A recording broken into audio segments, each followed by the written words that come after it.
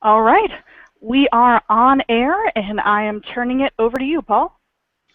All right, this is a post-mortem meeting for the incident with supermarket downloads being unavailable yesterday, which was February 25th, 2016. Before we start any post-mortem meetings, we always point out that post-mortems are blameless. We don't focus on past events as they pertain to could have or should have, because we're here to learn and take new information going forward. And any follow-up items that we have come out of this meeting need to be immediately actionable rather than long-term items. All right, and with that, let me share my screen. So, like I mentioned, this happened yesterday, and the description of the incident was a deploy to production supermarket that was intended to allow HTTPS access for downloads. It went wrong, and downloads became unavailable for Berkshelf and ChefDK users. I think I mentioned down in Impact it was about 2 hours that we had some level of degraded service. So the timeline and all the times are in UTC on this timeline, and everything happened yesterday on the 25th. Starting at 20:55 is when the deploy was performed. Rob Kidd did the deploy, and at the time, HTTPS and these secured downloads were still functional. We didn't have any user reports for about almost an hour, 20 minutes short of an hour. At 21:31, the first user report came in via Chef on Freenode, which is IRC. I don't believe anyone internal to Chef or anyone on this call was present for that. It wasn't reported to Chef, the organization, yet. And then a couple minutes later, it was reported in HangOps Slack. And then at 21:37, I believe, is the first time it was brought to the attention of someone at Chef, which was myself. Noah, who's Code Ranger, notified me via the Chef Success Slack channel. And then 5 minutes later, Nell, Rob, and myself began investigating the issue using Chef's internal Slack. There wasn't any farther interaction with customers directly via IRC or the Hangouts or Chef Success Slack channels after that. So the rest of the timeline all involves communication that happened internal at Chef. 21:42 is when we started investigating. At 21:46, it was noted that an incorrect protocol was being used by the Universe endpoint. Our downloads were returning HTTP rather than HTTPS as the download link, which was not functional. At 21:53, the config option to disable SSL was pointed out by Rob. It turned out later that that had always been disabled, and it was how the service was intended to work. At the time, I believe we didn't realize that. We only noticed that SSL was set to disabled in the config. And so 2 minutes later, we changed it. And then we upgraded all the nodes using Chef Client Run. That was at 22:03. So at the same time, after those client runs were done, due to having a self-signed cert on all the front-end nodes, all download URLs became unreachable. This is because while SSL was working before, the ELB wasn't set to use self-signed certs because they would get a certificate error. So HTTP and HTTPS were both throwing errors at that point. And just because of the time it takes to do health checks, it took another minute until all instances were removed by the ELB due to the same cert issue. At that time, Eric, who I don't think is on this call right now, took over customer communication, and he updated the status page, which is status.chef.io. I should probably note that on the timeline. And myself and Rob and Nell hopped on a Zoom meeting to discuss the problem rather than coordinating over text chat.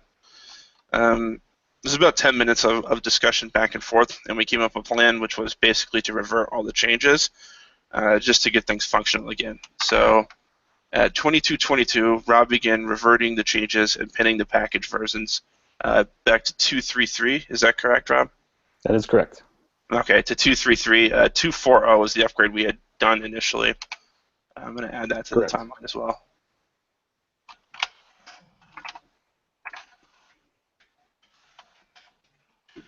So we pinned it back to 2.3.3, and a couple minutes later, Nell began reverting the config changes, which was the SSL being set to true.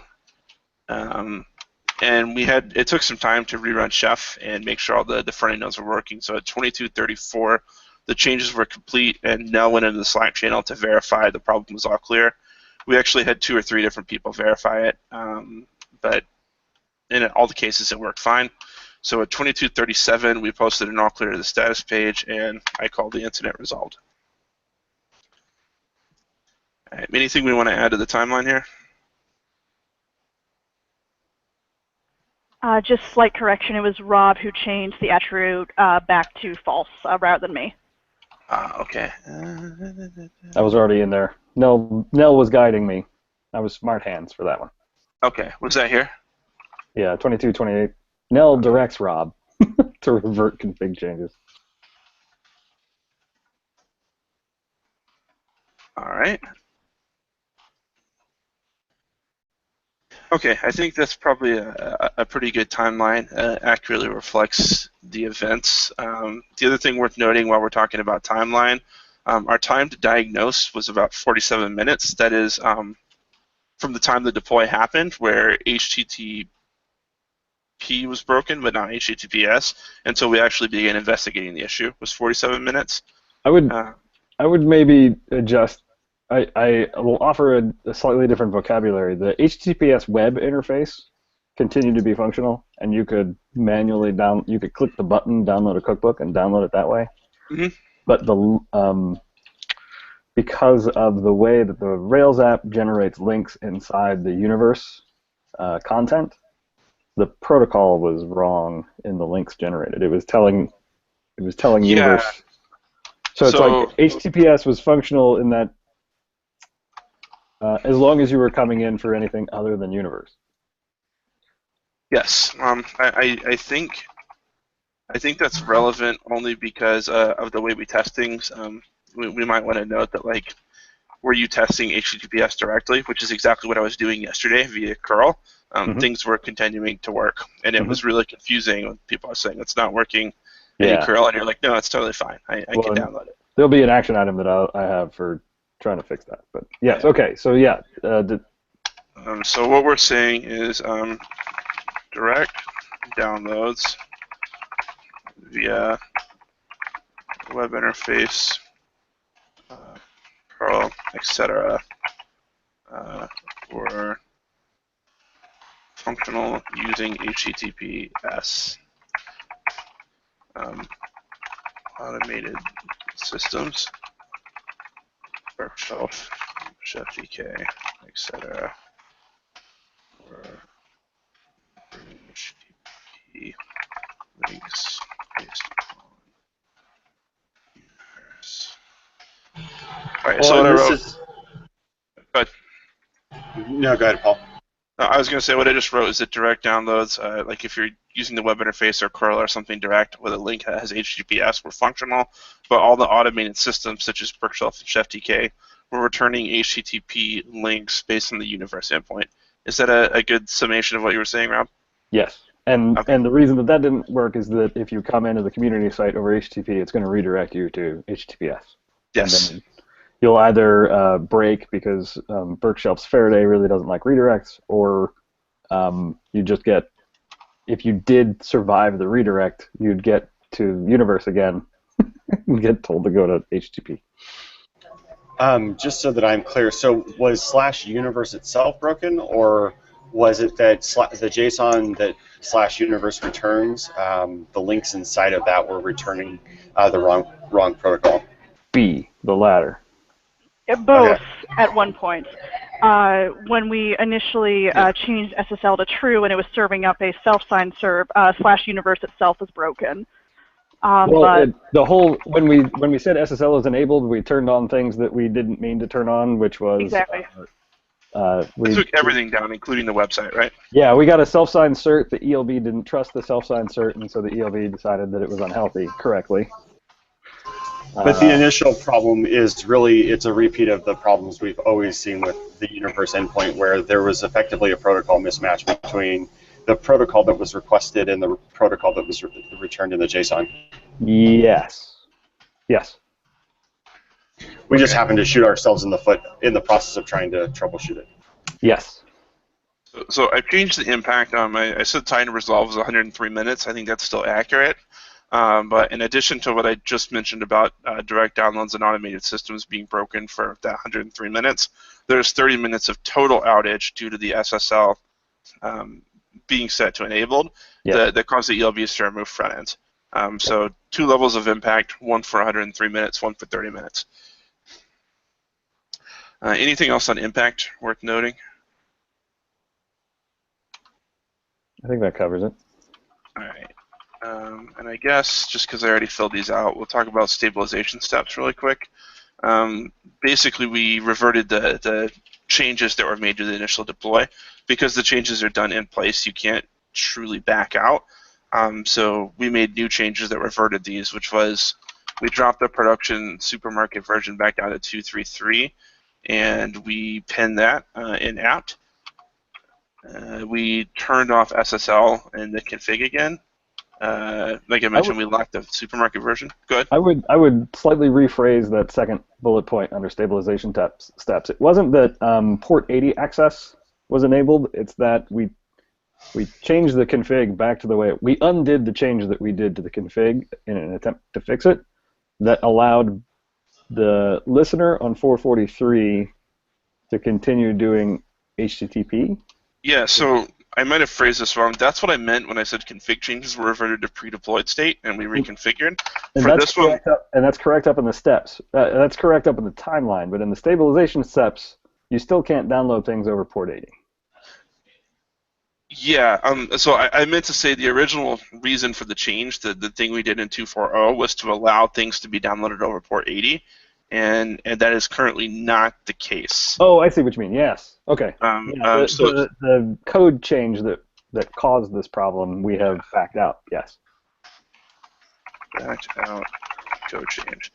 Yeah. So both those things I think are true. Yes. Originally, our intended in state was supposed to be the port 80 worked, and it still does not. Yes, that was the bug fix we were trying to fix, which was the code change to allow private supermarkets to serve up over port 80. Yes.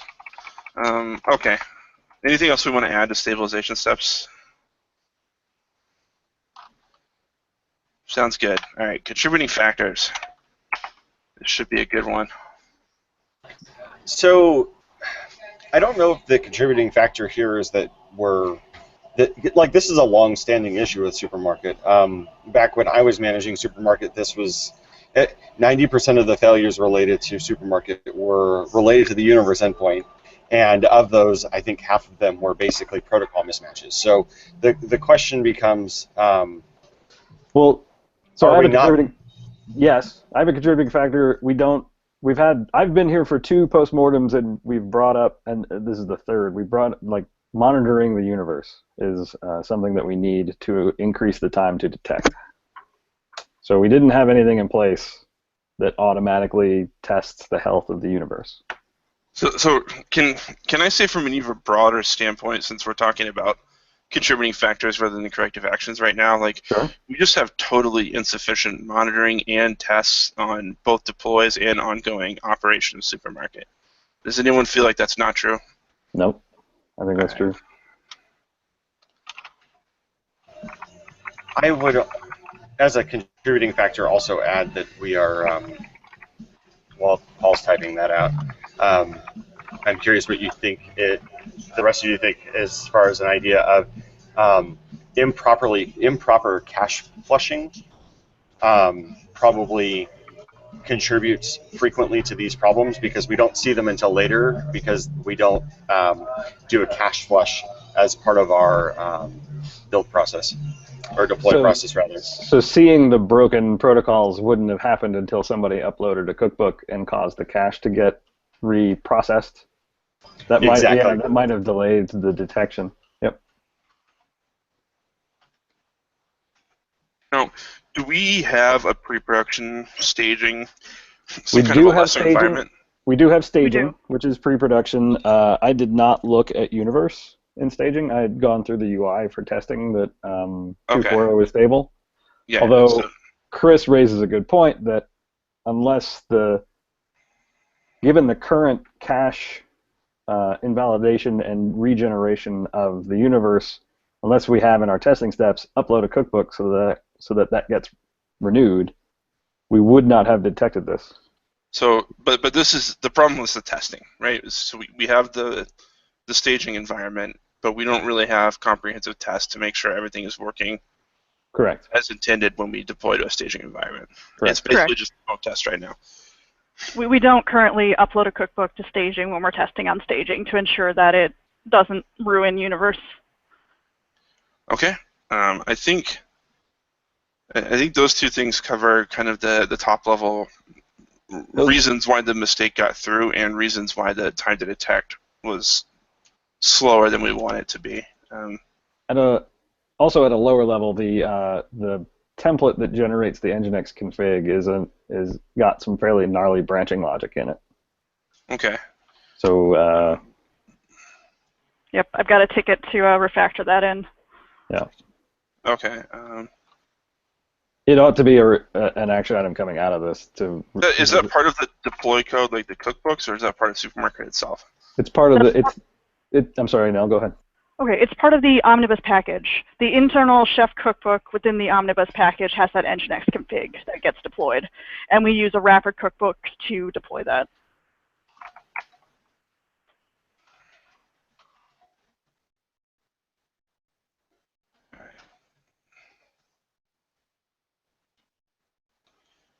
And you already have a ticket to fix that, you said? That is correct. Yep. Okay. Is that GitHub from issue yesterday? Was that from yesterday, or was that a known issue going into That was this? from, the ticket was from yesterday. Okay. We knew it was an issue, but we escalated it by filing a ticket yesterday. Yeah. The issue and the PR that resulted in the code change that is part of the 2.4.0 release was where we learned that it was a problem. And then we created a ticket for it yesterday. So another question I have here, I'm trying to figure out the right way to phrase this. We have Rob and Nell who know Supermarket and the code base and the Omnibus packages very well, but it seems to me the production setup we have here using the ELB with SSL disabled is unlike the setups you guys are used to working with. Some of our customers use that setup. Well, I mean you specifically. Like, it seems like we don't really fully understand our production setup, and we weren't really sure why SSL was set to disabled. At the outset, we did not quite understand that. Yes. Okay. Now that we understand why, because the ELB and the Nginx instances talk to each other over HTTP, we know. It was something I had discovered like a year ago, and then forgotten about in the process of troubleshooting this.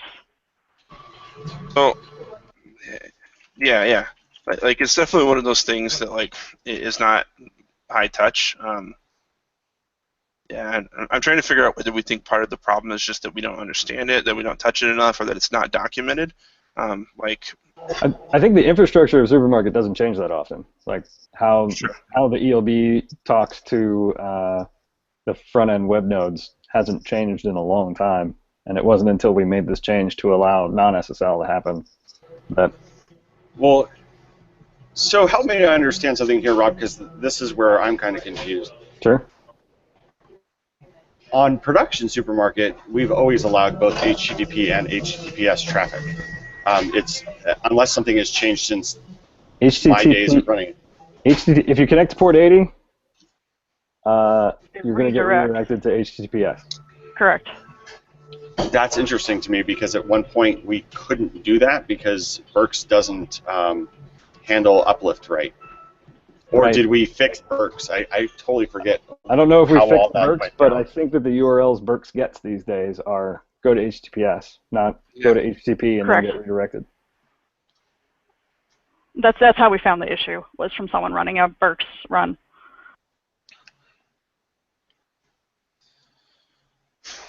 I mean, Paul, to your point, I think, yes,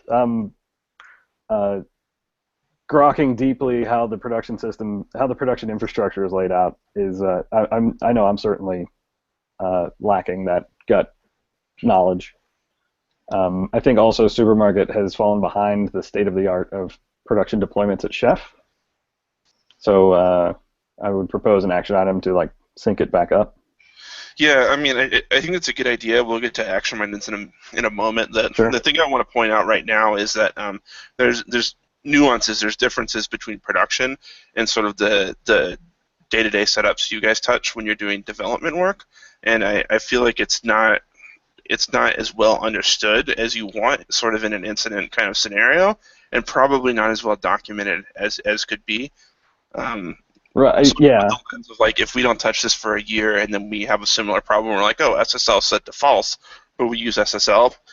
Will we know that? If there is a new person, like, how would they get to know it? Yep. It is something that could be better documented. Yes. And there's also a related epic just added to our work list for this quarter and maybe shading into next, which is standing up and provisioning automatically an acceptance environment that would mirror production, and that would help.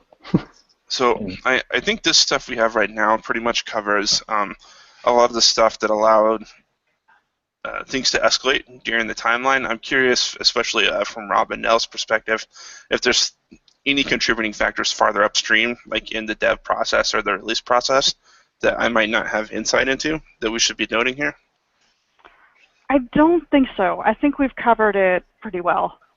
I think those 4 points, certainly the first two, are broad enough to cover most of the issues that Nell and I have. Okay.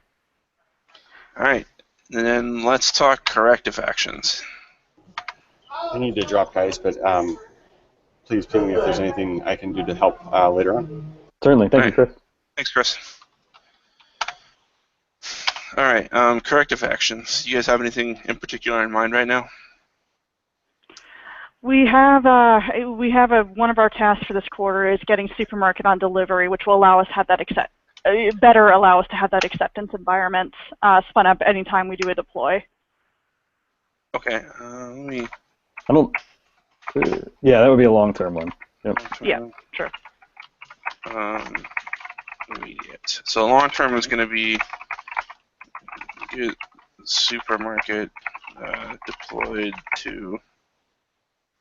I think it's just automatic provisioning, which implies cleaned up production. Yep. And deployment. Yeah. And it's not necessarily even through delivery. Delivery's an end goal, but we could achieve more stability by just having the automatic provisioning piece, even if it's not delivery poking it. Yep. Well, and actually, really, when we even say that, with tests is what we care about, right? Yes. Manual provisioning with good automated tests would even solve the problems we're discussing right now. Yes, and I would say included in that I would include something between long-term and it can fall under long-term, but I think it ought to happen sooner rather than later. Is to understand the varied SSL, non-SSL scenarios supported by both community supermarket and private supermarkets. Mm-hmm. So that would end up being that would drive the requirements for our refactoring of the Nginx template, so that we can make the cookbook and the template drive towards those scenarios. Like, you want to run multiple web front ends in front of an ELB. You want to run one web front end that does its own SSL termination. Yep. Are you guys all those permutations. Are you guys okay with calling that as an item document rather than understand, so it's a little bit more tangible and something to move towards? It's something that can be done. Yes. Yeah. Yeah. I have a couple immediates. Yeah. One is to package a 2.4.1 release that has the code changes reverted, and release and deploy that.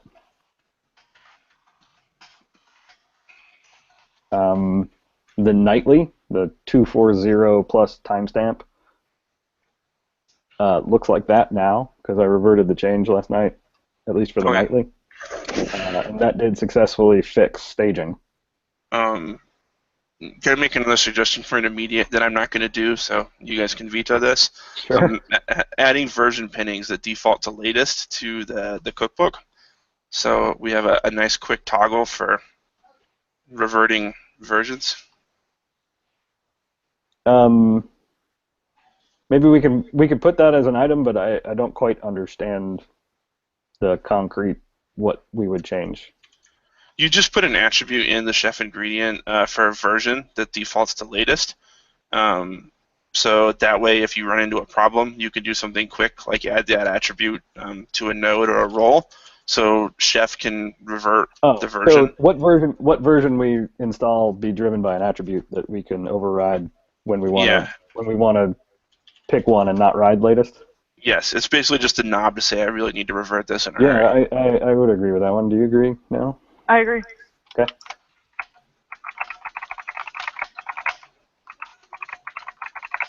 I think with the wrapper of wrapper cookbook parfait that we've got, that might involve multiple cookbooks, but the spirit of that is correct. Mm-hmm. Monitor universe. That was my other immediate one. Was it universe, Jason? No. Just universe. Universe. Yep. And that would amount to like a Burke's install of either a really common cookbook, like a fundamental cookbook like After Yum, or we make a canary cookbook that's part of the seed of any supermarket install, but the Burke's install of a cookbook from the system under test. Again, Chris Webber raises a good point that because the universe content is cached, and it only gets invalidated automatically by a cookbook upload. When we want to test a change, like when we've deployed something, we need to trigger that cache. Mm-hmm. Part of the checklist or part of the automatic deployment needs to be to trigger a cache refresh. Right. So, and there's a way to do that through the Rails app right now, and we can wire up a cuddle command or something like that and have the cookbook do it automatically. Like for the short term, we'll add it to our deployment checklist. Here are the steps and the order in which you do them when we deploy a new version, and then we'll add those things to our automatic deployment steps when we get around to automating. Okay. But I would propose that so there's a fourth bullet point there is update the deployment checklist for a codified set of test steps and not just rely on Nell and Mai's knowledge of how a system ought to work. But the monitor universe is something that I'd like to set up like a nano instance that runs Burke's install every 5 minutes. And hey, Rob, let me pose a question to you about that. Okay. You're talking about making a list of things to test when you do a deploy. Correct. How much additional work is it to make that actually a script rather than a list? I don't know. It depends on the test steps and what sort of hooks we have to do it.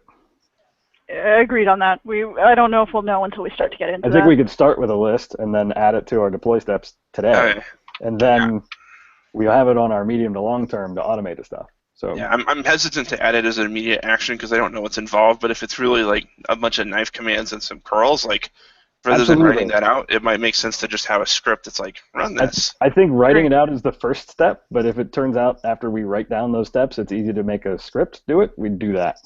Well, and keep in mind it's easy to grow too, right? So if you can do 60% of it as a script and 40% by hand, you could do that and then add to it over time.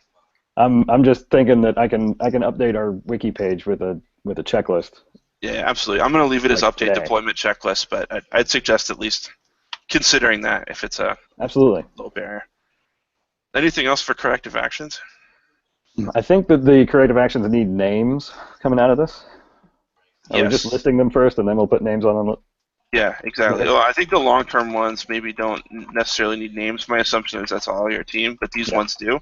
Yep. And it sounds like this is something you've already started, right? Yep, I can do the package today. So Rob's got that. Who wants to take on the attribute for supermarket versions? I can do that. All right. I'm happy to take it all on, but we should spread the love. Yeah, it sounds like you have this one already underway too, right, Rob? Yeah. Yep. Okay. Well, I'll need to do that to push out the new 241. So. Yep. That just leaves monitoring the universe endpoint. Is that going to be us or you? It can be either. Can we do that through CloudWatch? I have no idea. Let's call this both of us, and then I'll let you take point. But we've got some other systems if we need it available, like Pingdom or Sensu or something, and we can help you leverage that. So that that third bullet is the thing that has come up in past postmortems that we've not taken action on.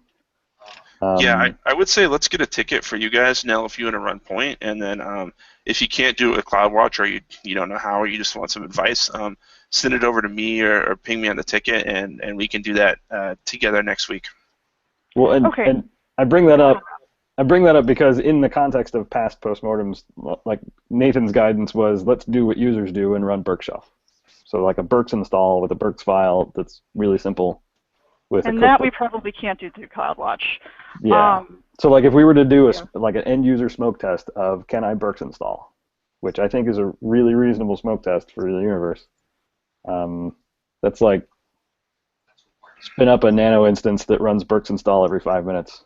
So I think let's not talk about implementation too much right now because I have a lot of thoughts about what belongs where, and I think that's a larger discussion that maybe is not appropriate for this postmortem. Fair enough. But yeah, we need to do something, and we can decide what that is. And I'll let your team take point, but definitely like priority for us too. So any help we can provide, we're here for you. And I think that the epic cards that are going to come out of the long-term stuff will involve a lot of you in engineering services or ops and engineering services. Yep, absolutely. All right, anything else we want to add to this postmortem today? I think we've covered it pretty well. That's what I wanted to say. Yep. All right, sounds good to me. Thanks, guys. Thank you.